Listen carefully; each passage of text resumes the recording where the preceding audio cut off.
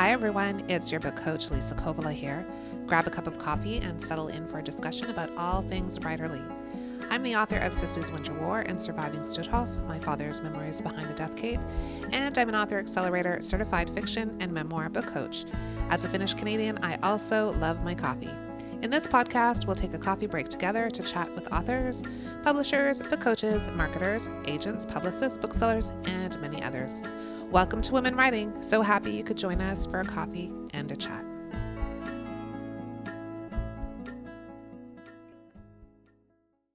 Today, I'm taking a coffee break with Trisha Jenn Loehr, a romance writer and Author Accelerator certified book coach. She helps busy women who want to write romance novels without guilt or shame prioritize their writing, develop their craft, and find joy in the journey toward their publishing dreams. Hi, Trisha. How are you? Hi, Lisa. I'm doing great. How are you I'm today? great. It's so great to see you here. And Trisha, you and I often meet in the Book Coaches Canada meetings Mm. bi-weekly. So that's where we usually connect. So it's nice to have this time to chat with you individually. So I was curious because I think you have the most beautiful website and the most gorgeous Instagram account. What's it called? At Trisha Jenn Reads. Yeah, so people can find you there. Um, and you have a little bit of a background in communications and marketing. Can you Yes. tell us a little a bit about that? And I think that's fascinating that you've gone from that to now you're book coaching and you're writing. Sure. Where to start with that? Well, I've always wanted to write. I always loved words. And when I was in high school, I had a very kind, well-meaning teacher who basically told me I needed to figure out exactly what I was going to do with my life at 17, or Yeah. else I would be a complete failure. Oh no. Yeah, so that went well. And she also made it clear that writing books, reading books, especially romance novels, was not a real job. Oh, So I internalized all of that and I went on a little website that did like a career aptitude test and it told me I should study communications because I was good at writing and I liked okay. English class. Okay. So that's what I studied. I Googled universities that had communications degrees. Two popped up. One of them looked neat. So I applied there. I ended up getting in, and I did have a really good experience there. Communications was a lot more theory Mm, about, marketing theory and understanding your audience than I maybe was expecting. But it was fun. I did learn a ton. I learned a ton about copywriting, website design, marketing, all of that stuff, because it's all kind of packaged in communications. I learned about events. I did all of that. And then I worked for about a decade with nonprofits because I wanted to make a difference in the world and do good things, doing communications and events. So I wrote website copy, I wrote social media copy, I live tweeted events back in the day when we live tweeted events. And I learned a lot and I gained some skills like creating my website or doing my own social media. I did some graphic design stuff. Not very skilled at that, I don't think, but I made do. And it was good, but I still wanted to write, and I was still trying to write on the side. I had a little book blog, so I was reading and talking about the books that I was reading, and that's what I wanted to do. And then life kind of blew up, some big stuff happened, and I reevaluated mhm, and decided, you know what? No, I'm going to make this happen. I'm going to work with writers. I'm going to try and write myself. And so that's kind of how I looped back into mm. this whole world of being in publishing. I started attempting to copy edit and realizing I was terrible at that, and I'm way better at looking at story. And so that's where I am today. Oh, I love that. And I apologize on behalf of all high school teachers everywhere. I love that you said good intentions, but also no, don't Right? tell 17-year-olds what they can and cannot do. Right. And she was like a 21-year-old student teacher. Mm, And yeah, she was trying to be really kind yeah, and trying, I think, to save me some of that heartbreak. right. But part of me also goes back, and if I had studied creative writing, Hmm. maybe I'd already have a book published by now. Maybe it wouldn't have taken me so long to get to this spot where I've been able to figure out what types of books and stories I love and kind of plan a career that I want. Yeah. But at the same time, the school I went to didn't offer that. So Mm. I would not have met some of my best friends who I met them when I was 18 on the first day of university. They were bridesmaids in my wedding. One of them flew up from a different country to help me when my daughter was born. Like, so, Amazing. it's all worked out in the end, even Yeah. if it was maybe not the Not, best, most yeah. straightforward route. I think we can all look back on our early choices and see why we would have done something differently or why Mhm. that actually has turned out to your benefit. So all of that experience is really helping you now with your book coaching business. I think like it's just Exactly. amazing. And I think that student teacher at 21 probably received that message herself and was feeling Definitely. Yeah. the feels about it too. So she's Hmm. probably now a slightly older teacher and maybe she's thinking about things differently. I don't know.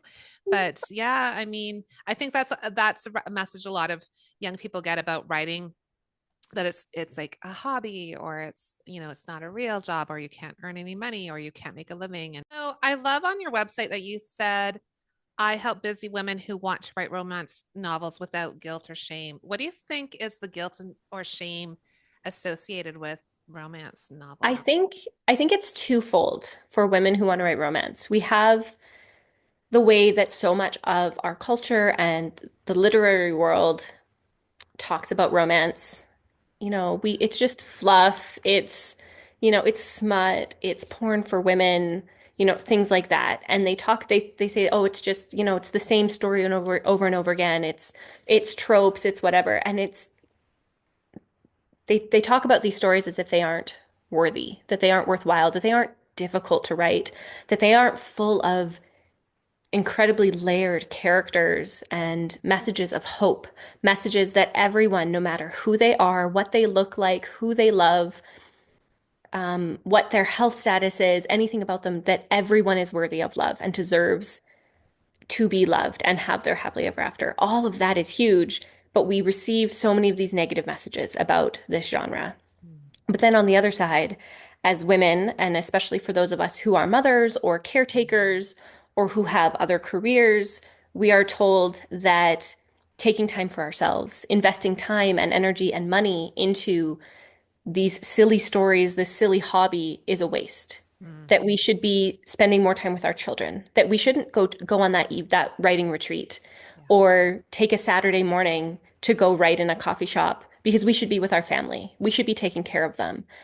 We should be spending our evening doing things that benefit our family instead of something for ourselves. And so my mission and my goal is to keep reminding myself that those are all lies Yeah. when it comes to my own journey, but Hmm. also to help the women that I work with to know that these stories are revolutionary. These stories center women's pleasure and women's peace and women's joy and that of all kinds of people, and that we deserve time and energy to do the things that bring us joy Yeah. and that we want to do because we're worth it.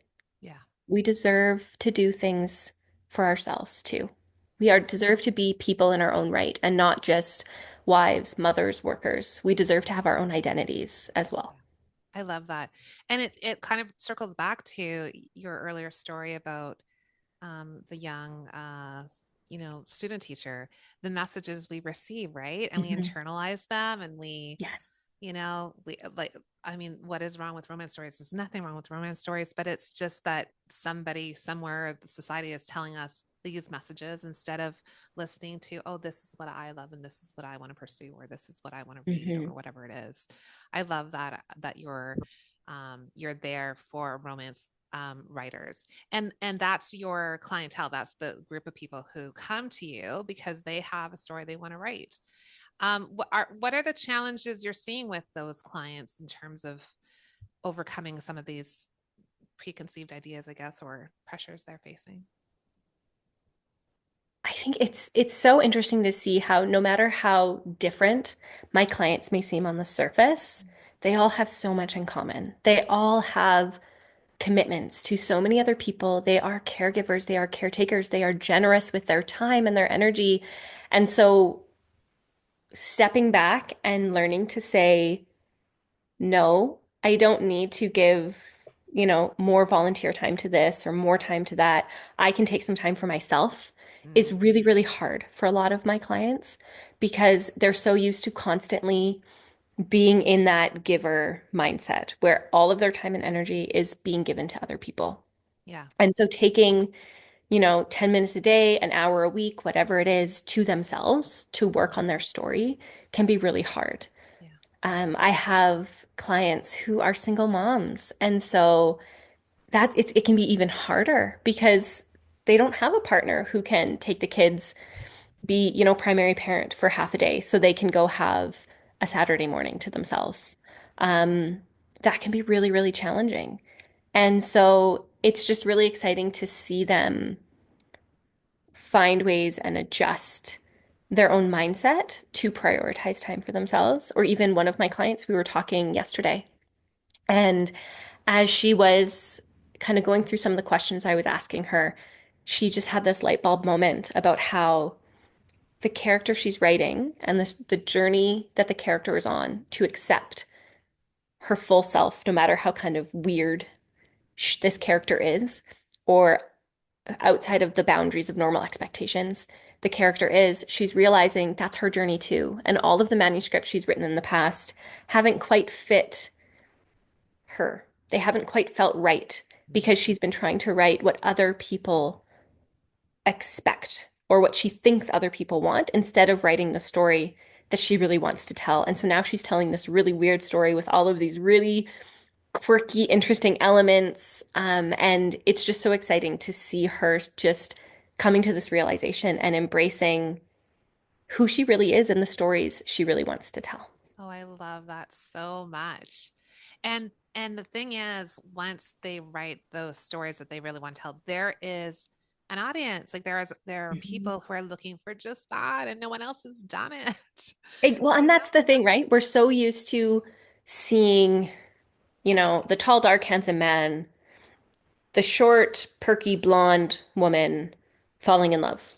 Right. And yes, we need those stories because there are people who fit those demographics, but we also need stories about so many different kinds of people who are dealing with all the different things that people deal with. And that's the beauty of how romance has changed in the last few decades is we're starting to see so much more queer romance. We're starting to see polyamorous romance. We're starting to see romance that features people of all different racial and cultural backgrounds. We're starting to see romance novels that feature protagonists in their 40s, 50s, 60s, 70s. We're starting to see romances featuring characters who are living with things like chronic illness, who are living with mental illness, who are struggling with all of the different types of traumas that so many of us have.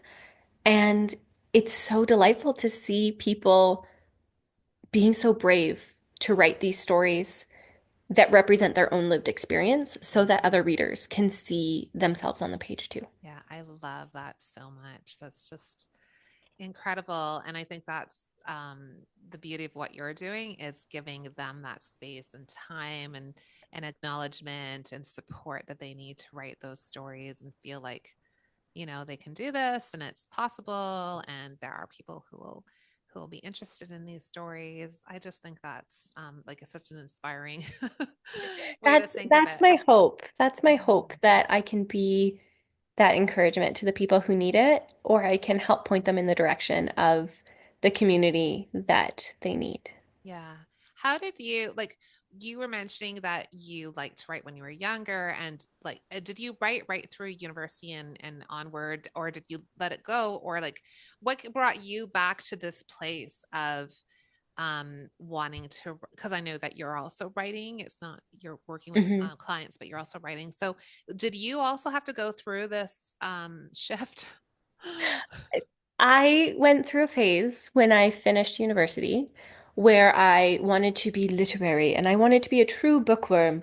So I read only classics for months because, those were the real books. Because that's the messaging that I was receiving. Yeah. Mhm. And I remember it was Christmas 2010. My family had all gone to Hawaii for Christmas, and it was like, this is so exciting. And it was utterly terrible Okay. because I was forcing myself to read Wuthering Heights, which, no shame if you love that book. I hate that book. Fair. I hate it. And I was forcing myself to finish it, despite how much I hated it, while sitting on this beautiful beach with the sunshine while it was blizzarding and, 30 degrees below freezing at home. And it was just brutal. And I think that was one of those light bulb moments where I realized I shouldn't be reading books that I don't enjoy. And at the same time, I was trying to write this really serious novel about human trafficking. Because again, I wanted to write impactful things. Mm, Because again, that's the messaging I was receiving of you need to, yeah. make an impact on the world. And this book was really dark and it was really heavy. And I was not enjoying it because I'm like, I don't want to read stuff like that. Yeah. I don't enjoy it. It fills my head with dark, sad thoughts, and that's not where I want to be.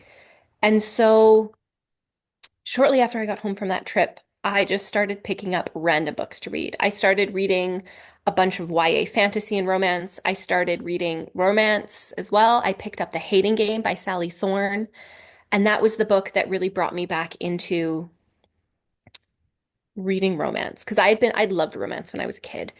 Mm, Um, I was the girl who was always finding, the novels that they always had to have a thread of romance in them of some kind.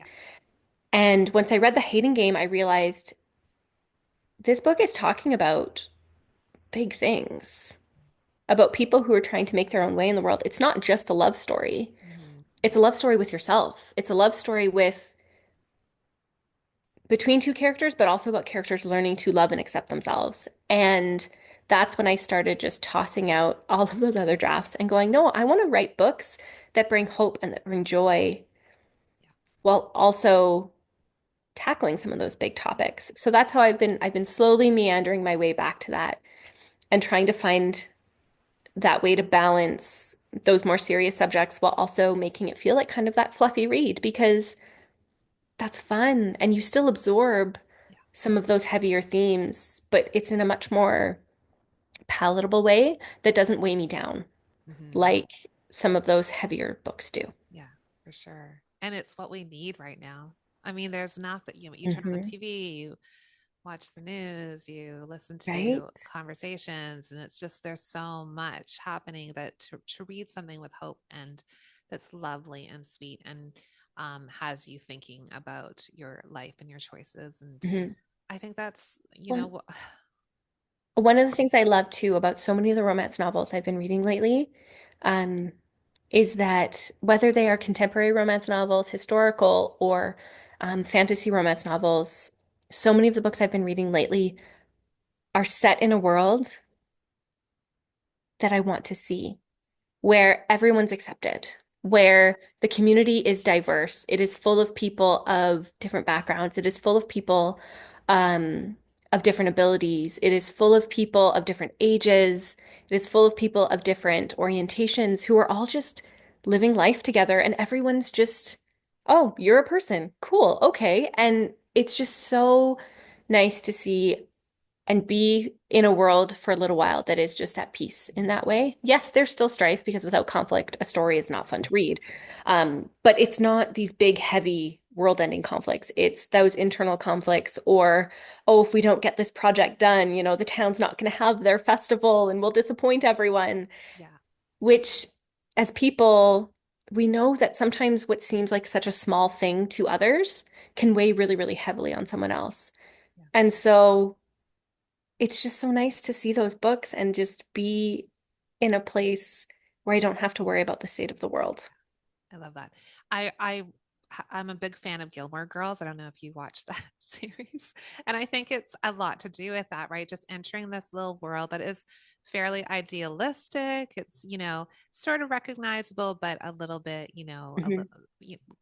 very calm and sweet. And those Yes. conflicts are, relatively minor, but also kind of realistic. Like it is kind of like our Hmm. day-to-day um conflicts with our partner or somebody down the street or whatever it is.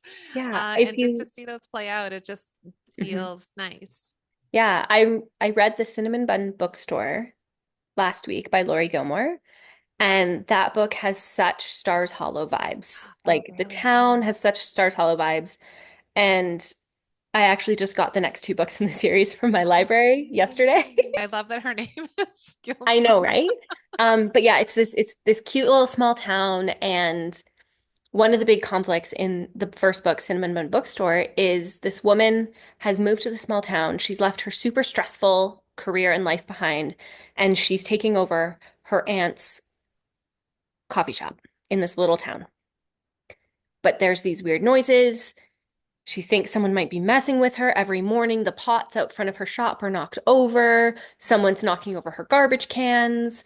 Then, there's some issues where, like, the thermostat keeps malfunctioning or the fridge is malfunctioning and they lose some produce. And she's like, is someone messing with me? Are they trying to, like, get me out of town? Meanwhile, she's also having this developing romance with this cute farmer who brings her produce.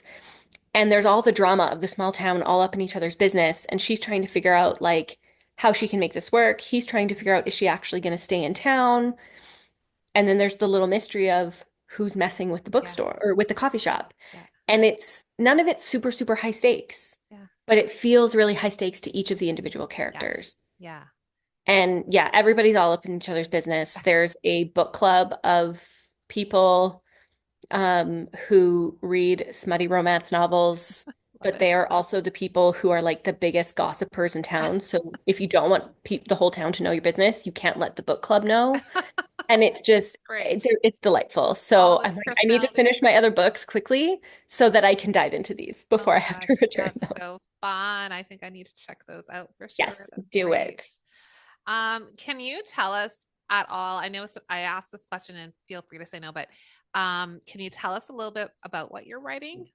For sure. I'm working on a lot of things right now, as I seem to always be. I'm For one part, I'm kind of delving into some short stories, just trying to learn how to do that and just trying to, be brave and submit my stuff somewhere.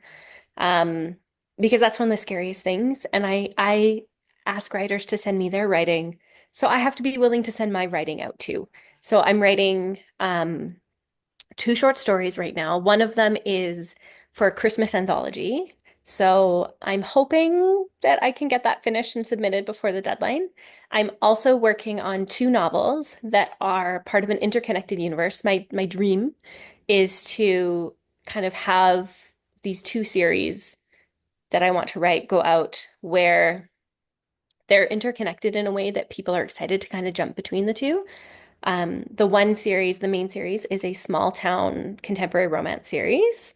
The first book that I'm working on right now is a fake fiance storyline between two people who are also enemies to lovers, but she needs some money, and the only way to get this money and to win this dream house is to be part of a family and have a spouse.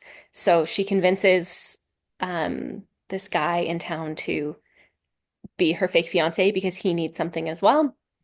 I want it to have some Stars Hollow vibes too. I love the small town that's all up in each other's business. Yeah, The so other good. project I'm working on is a reality TV show story, kind of like a home and garden TV show. And one of the main characters is actually from my small town.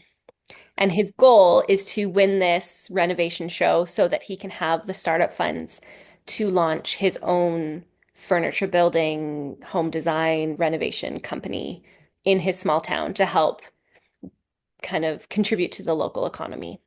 I love that. And I love that those two series can connect like that through characters and Yeah, that's you have that's people my that can hope connect is with that I them. can kind of like the small town, it's called Aspen Green. Mm, I really want it to be kind of the center of, yeah, for now, my literary universe. So everything I write is going to be in some way kind of connected to this. That's my hope and what I'm trying to do. But yeah. some days the writing happens and some days the writing doesn't. Yeah, I And was that's going to ask okay. you about that because like do you have a writing routine because I know that you're a busy person. You have your book coaching clients, you have your writing, you have your family. There's a lot happening. So do you have a specific routine or how do you get there?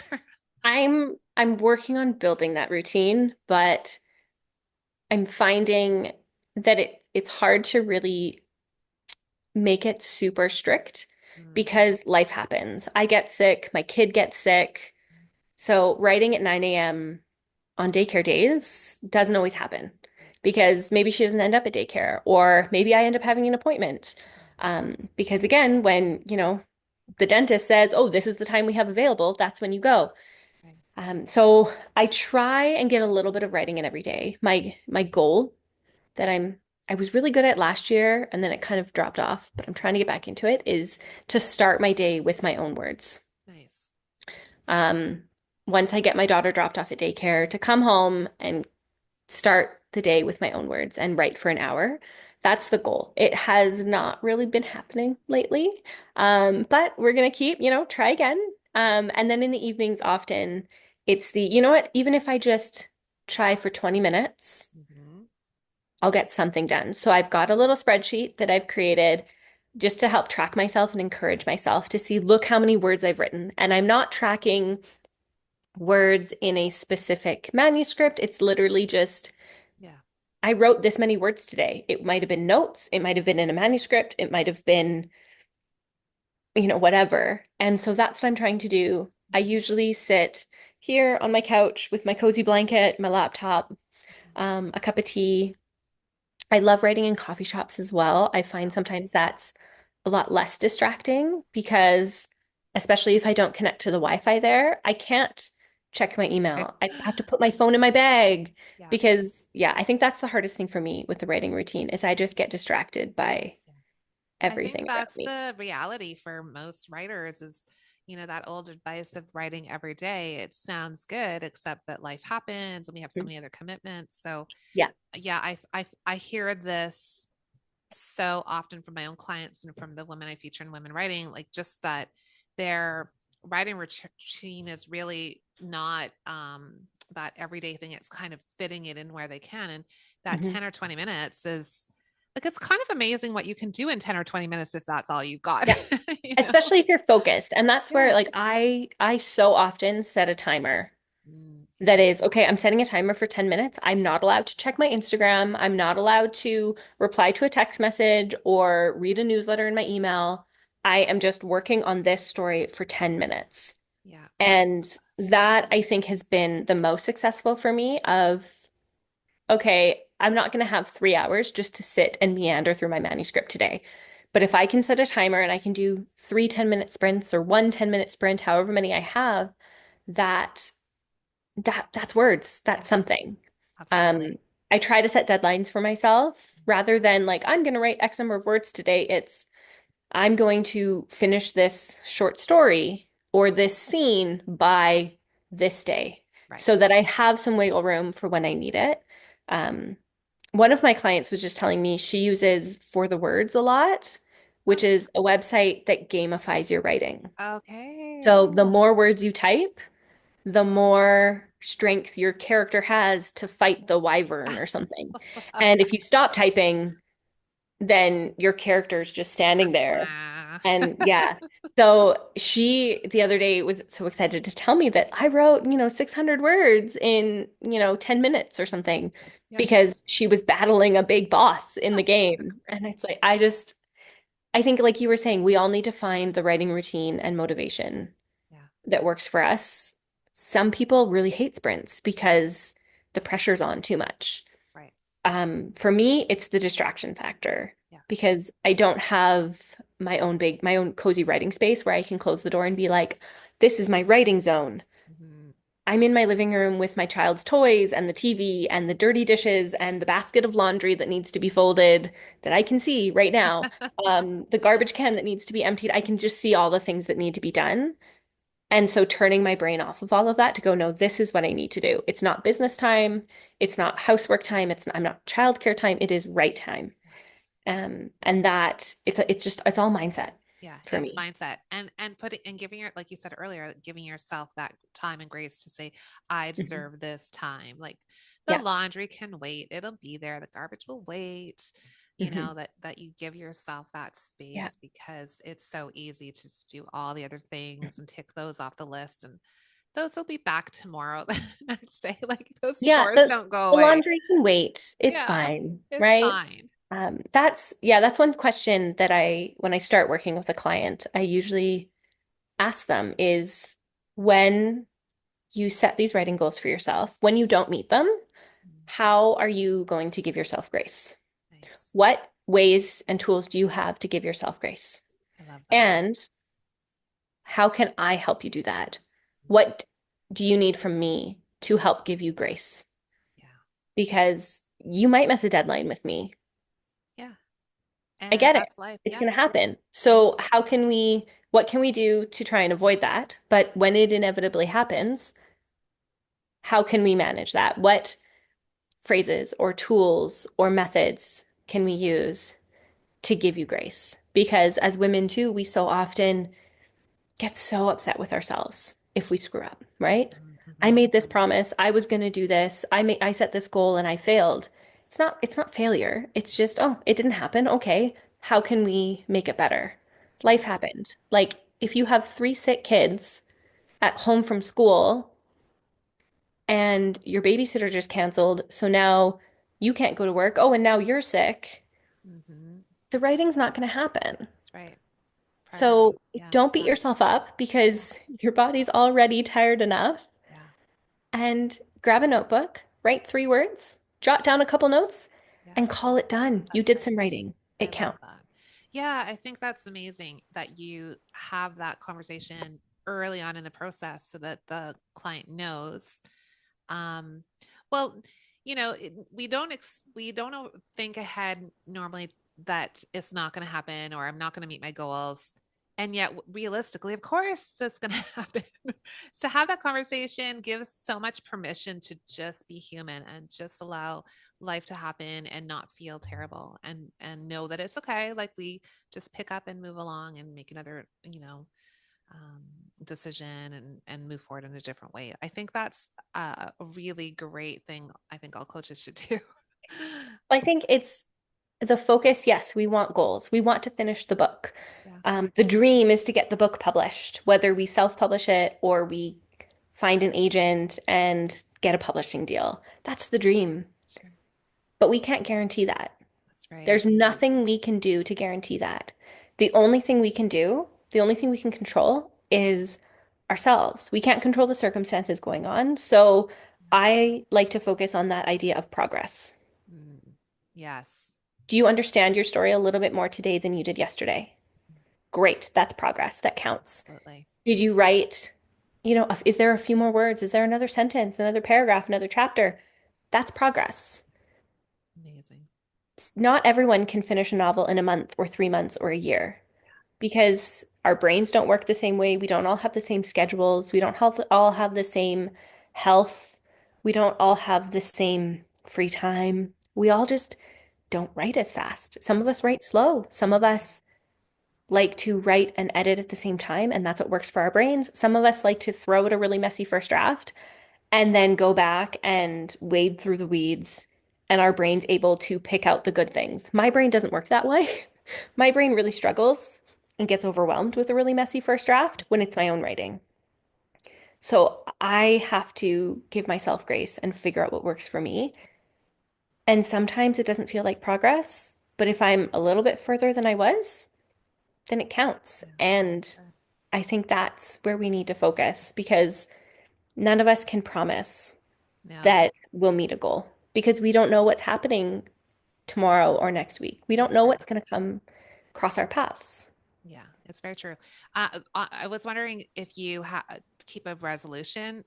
We're kind of close to the year here. We're just a couple weeks out from it, and or I know a lot of people I've been speaking to lately have a word of the year. Do you do any of those things? I try to set kind of general goals slash hopes for the year. The word of the year has never really clicked for me. There. Um, I didn't meet my goal last year. I'm about halfway to my goal last year, So that's which was progress. great. Exactly, right? My goal last year was to get one of my novels to a point where it felt ready to query. Mhm. I wrote a solid first draft, semi-solid first draft, in the first 3 months of the year last year. I was so proud of myself to get that done. And then I was letting it rest for a month. And then a lot of life stuff happened for our family in the late spring and the summer and the fall was just super busy. And my novel kept getting pushed to the side, which partly is I wasn't prioritizing my writing the way that I wanted to. But I also recognized that there was a lot of other things happening and I had to prioritize other things. So I'm not going to beat myself up about that. But the revision that I wanted to do, I planned to do two full revisions of my book last year. Neither of those happened. I got about 3,000 words into rewrite number two. That's it. So this year's goal is just a repeat of last year. It's to get one of my drafts to a place where I feel like I could Yeah. confidently start querying it. And the other half of my goal is to actually do the short story writing Mm. and actually write a story, at least one story every couple months. Love that. I feel like that is a great reminder for folks that you can have that goal or that deadline for yourself or that plan or resolution or whatever you want to call it. And that you can, just roll with it. Like, okay, life Mhm. happens and you need to extend that. You need to make different, choices moving forward. And it's fine. Like, it's not a competition. It's not a race. Like I always say, no one's waiting for me to finish the novel. Exactly. No one's waiting. The Yes. only person putting pressure on themselves is me to get that done. And it's just to give yourself that, okay, it's fine. And now what's next? And it's a Exactly. Like continuation. nothing bad is going to happen if I don't get my novel revised by the end of March. That's right. Yeah. Nothing bad's going to happen. I just won't have my novel revised by the end of March. Yeah. So while having that deadline can be motivational to be like, that's what I'm working towards. Hmm. So I need to prioritize this. That is great, Hmm. but it's a flexible deadline. It's not like, oh, the short story I'm working on is due February 1st to be able to be considered for publication in this anthology. The story has to be finished and complete and sent to them by February 1st. So if I don't do that, well, then I have a story and I have to find a new home for it. That's right. Yeah. It's all So that's, good in the yeah, end, it's all right? good, Like right? Big it's all deal. If I positive. don't make it, I don't make it. Yeah. Um, but having that deadline helps me remember, oh, I don't know if I really feel like writing tonight. I'm pretty tired. But no, I have to, I'll 20 minutes so that I can get a few more words on this story. Yeah. And yeah, deadlines and resolutions, they can be motivating and inspiring, but if they add stress, if they add frustration, if they create overwhelm, they're not worth it. Yeah, I totally agree with you. And I'm a person now that don't really make resolutions either. I prefer thinking in smaller chunks, maybe 2 or 3 months, and Mhm. this and that, and like something sort of achievable and briefer timelines. Because like a year from now, like I can't even. It's too far away. It's too Who big. I knows? can do Who knows little what sort life of is going to goals. look like a year from now, Yeah, you don't know. right? And Exactly. yeah, I think it's having that year um, can be really helpful for some people if that's how their brain works, to have that bucket of time for something that's really longer term, for something that's a little bit shorter, like revising your manuscript, truncating that time into a few months might be really good for you to motivate you because a year is a long time, Yeah, right? And you might just sure. go, oh, yeah, I'll do that by the end of the year. And then suddenly it's October and you're like, oh, shoot, I haven't Oh even yeah, started this. that's right. Exactly. I feel like this is my life story right there. I'll get that done by the end of the year and maybe not. Do you have any tips for folks who are either writing um, a romance novel or who maybe are have been dreaming about doing that? Like where's a good place to start?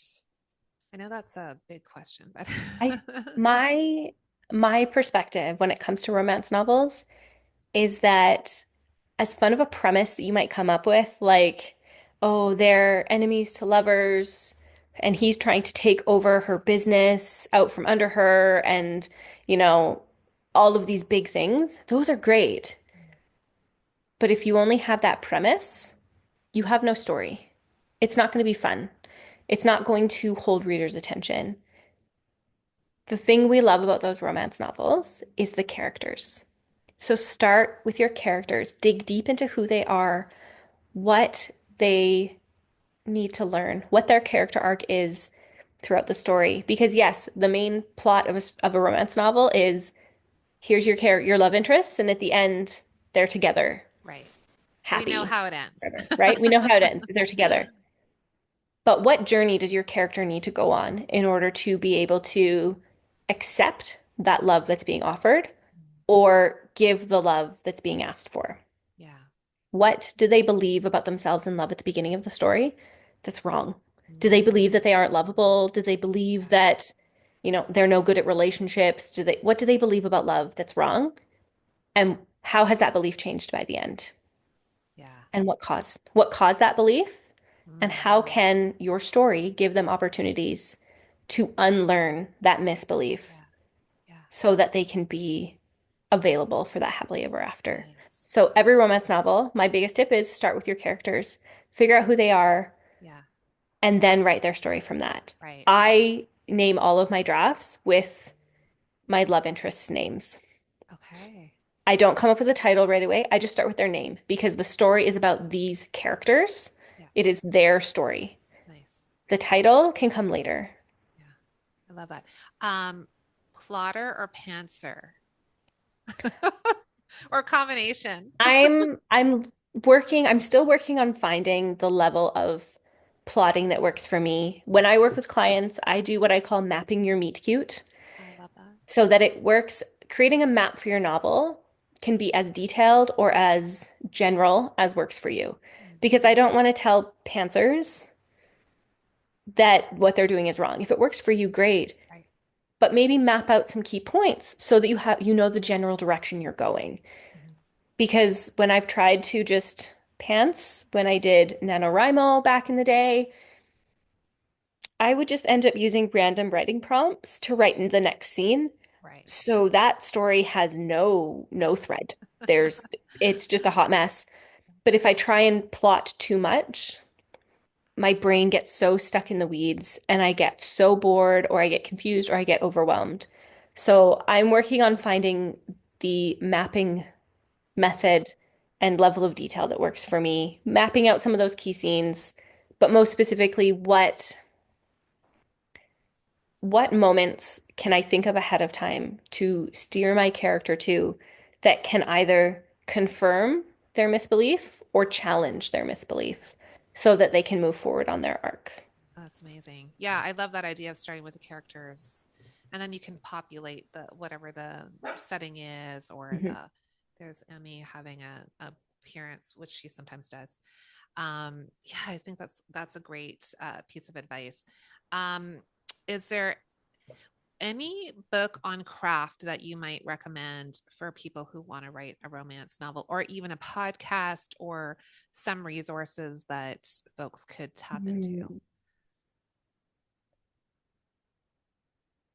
Romancing the Beat by Gwen Hayes, if you are really wanting to plot, Mm, is a really great little resource. She maps out, I think it's like 18 or 19 beats okay. within your romance novel that can be really helpful to get you thinking about some of the things that generally happen in romance novels to push that romance thread through.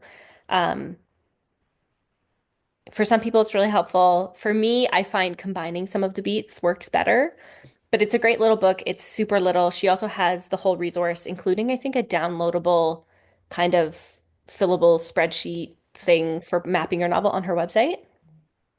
Another book that I'm currently reading it right now, I'm just a little ways into it, is I'm reading Fearless Writing by William Knauer. Okay. And I'm only partway through, but I'm finding it really interesting how he's talking about to write fearlessly is to allow ourselves in the flow by writing what we really want to write. Write the story you really want to tell. Don't think about your readers too much. Don't think about what other people will think of this writing. Don't think about whether or not people will judge you for it. Writing fearlessly allows you to create more authentic, more powerful writing. And at some point, I'm probably going to compile a whole ton of quotes because I'm just highlighting the book Yeah. like crazy. Um, yeah, so I think those are kind of that's where I'm at right now when it comes to writing books. Yeah. I think one of the other greatest things you can do as a writer is just find other writers and editors and book coaches on social media and just see what they're sharing because there are so many people who are sharing their real authentic journeys of today was a hard writing day. Yes. Or, oh my gosh, I can't believe I wrote this many words today. And you can celebrate with people or you can commiserate with them and encourage them. And people are constantly sharing the resources that they're finding Yeah. or the insights that they're having. And you can get them in the moment Yeah. without having to read a 300-page book, which we all love reading if we're writing, but there's just so many books to read that I can't read them all. Yeah. So it's nice sometimes to read the Instagram post or the Yeah. Facebook post or the Substack. Yeah. And And just yeah. that fact that people are doing the work out there, they're having the same challenges, they're struggling with the same things, they're have questions about this or that, and you can have those kind of conversations online in a way that we just couldn't before, right? It sort of felt like Hmm. the writer was over there doing the work and like they were almost sheltered from the reader, and now the reader or other writers can access people and their information and their ideas and support, and like it's kind of a magical time in a sense, right? Hmm. Social media has its flaws but it also Social, has its yeah. benefits. Social media can be such a complete dumpster fire, Yeah. but there are those pockets of it that are just so encouraging and so uplifting because as writers, we so often get into that funk where we think, I'm the only one struggling with this. Why is everyone else, it looks like everyone else you see is succeeding and it's easy for them. But when we actually start listening and when we actually open up, then people come flocking, being like, I'm there too, I'm there too, I'm there too. We're in this together. We can do this. Yeah. And it's beautiful and it's uplifting. And that's what writing community should be. Yeah, I think so too. And I think that writing communities like on social media, they tend to be really positive places. Like I've seen a couple things on some sites where I'm like, oh, that's a bit cringy. But mostly writers are generous, supportive. It's not a competitive sport, you know? And I imagine people who want to write romance and who create those kind of communities, those are probably the loveliest communities to belong to. Romancelandia it's so delightful and it is just full of people encouraging one another, sharing each other's books, um, fawning over each other's characters or the love scenes that they've written. God, oh my gosh, you went there. Oh, I'm sweating. And it's so delightful to see that and to see how um, the romance bookstore community has just been growing and growing and growing. And how those bookstores are they're just filled with romance novels. So many bookstores we go to, I love indie bookstores, but so many bookstores, their romance section, if they have one, is like half a shelf. And so going into a romance only bookstore is just so delightful because it's an entire store of all these stories that we love that are full of representation of any type of person who wants love and deserves love. And they're just delightful, encouraging places that are just an extension. And so they're so interconnected with the online community because that's where they're finding, that's how they're connecting with their readers and their shoppers and their customers because we're all connected and we're all trying to do the same thing. And that's bring some joy and some light to this world. And yes, we have our outliers, but the vast majority of those in the romance community are just all about making it a better place for everybody. That's what we need. I love that. I really wanted to thank you for chatting with me about this. It just feels like I want to go read a romance novel right now. Like Do I it, just do feel it, do so like it. I know it's just like it's the kind of books we need. I mean, these are not your grandmother's romance novels. Like, like we've come so far in this genre. And I think I don't know the actual numbers, but I think romance is like the top seller or close to the top It, seller.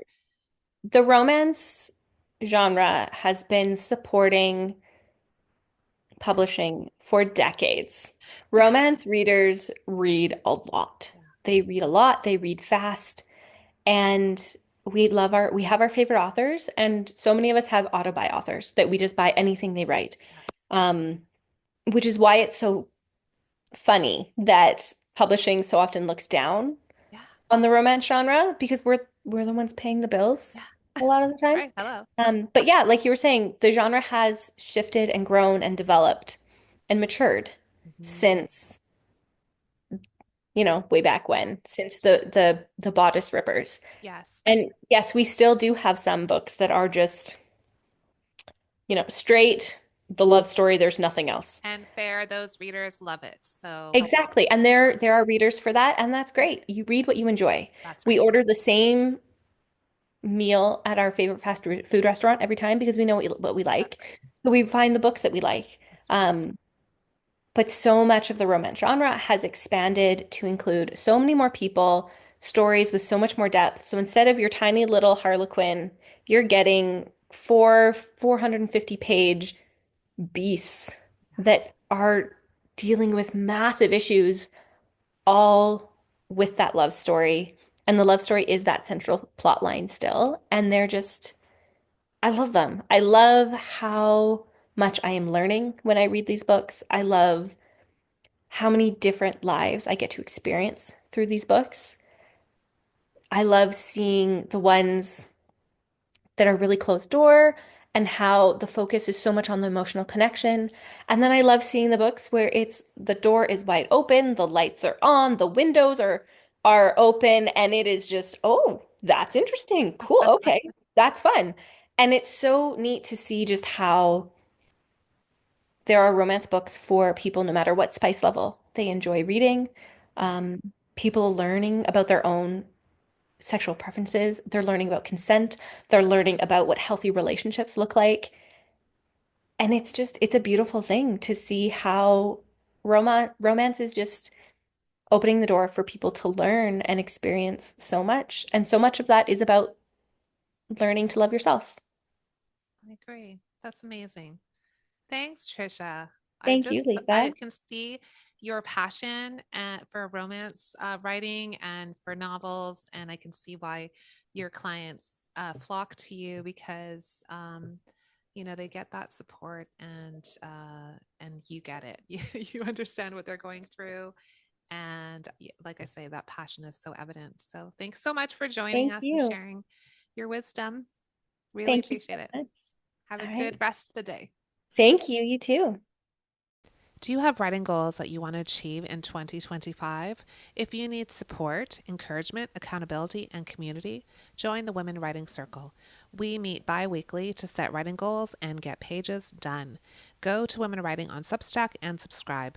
Let's create a little magic this year. Thanks for taking time out of your schedule to have a coffee break with us at Women Writing. Don't forget to subscribe to Women Writing on Substack. If you like this episode, share it with someone who needs a writing break and a little inspiration. Happy writing! Thank you to Michael Jensen for his original music and editing, and to Mia Jensen for the logo design.